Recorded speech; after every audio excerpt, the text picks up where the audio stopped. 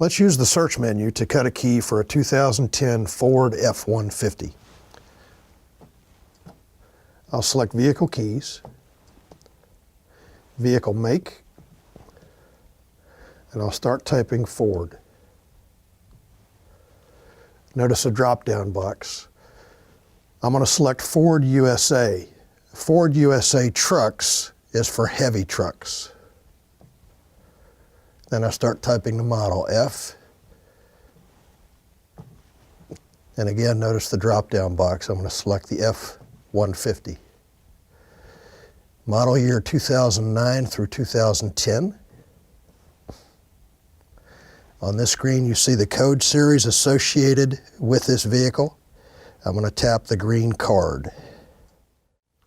The left side of the screen shows all of the technical details relating to the selected cutting card. For example, card number, SN, code series. Depth measurements, spacing measurements, cutting angle, and blank dimension are also shown here. I'm going to cut this key by code, so I'll tap Code, tap the code box, and I'm going to enter 84X. Then I'm going to tap the magnifying glass. These are the direct cuts that are associated with the indirect code 84X. Tap OK. The next screen displays the cut depths associated with that indirect code and also gives you a picture of what the cut key will look like. To cut the key, tap Cut.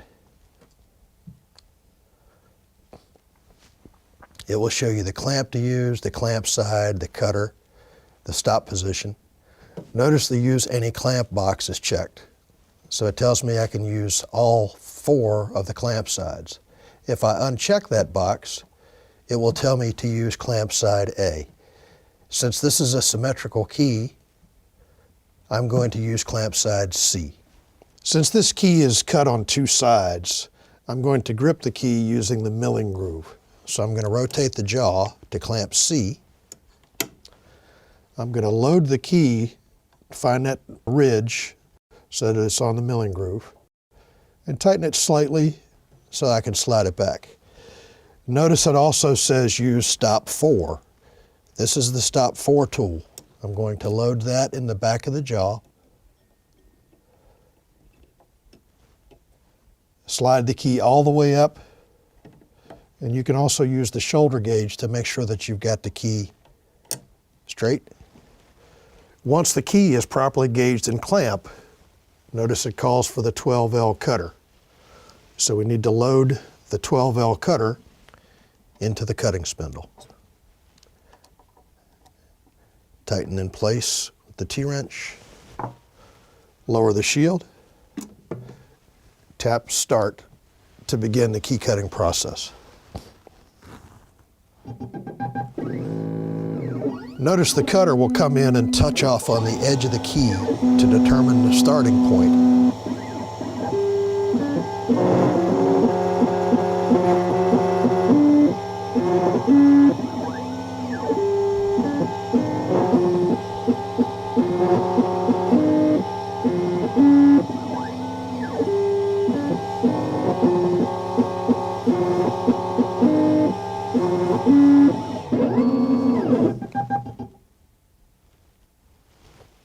After side 1 is cut, you're going to flip the key to side 2.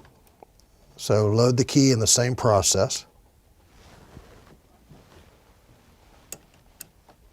Again, I'm using the stop 4 tool.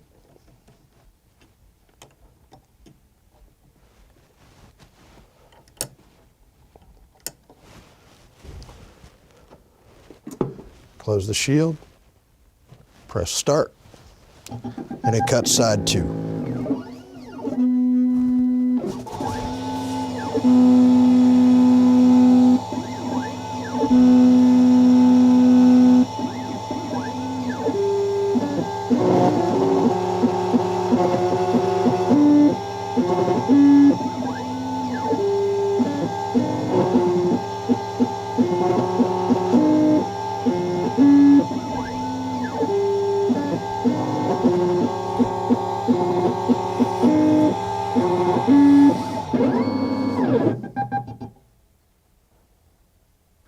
Okay, previously we cut that key by code.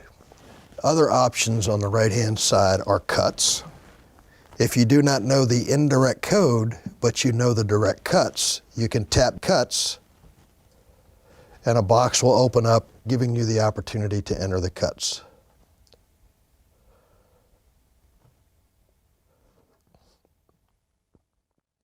Another option is decoding. It will take you to the screen to show you how to load the key. Once you've loaded the key, you press start, lower the mobile tracer, and it will decode the key. Manual corrections. If the key is worn and you want to make manual adjustments, you can do that at this screen. Partial cuts.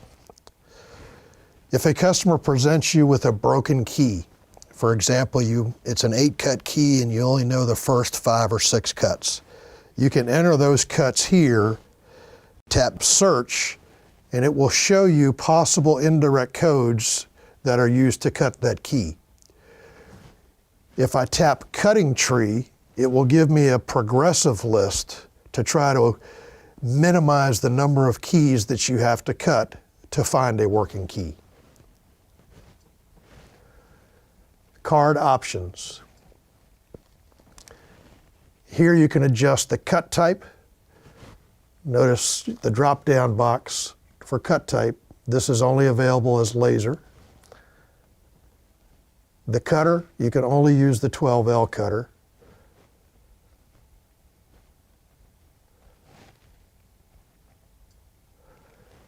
And the clamp is the L1 VA. If there were other options, you could make selections there. Info card.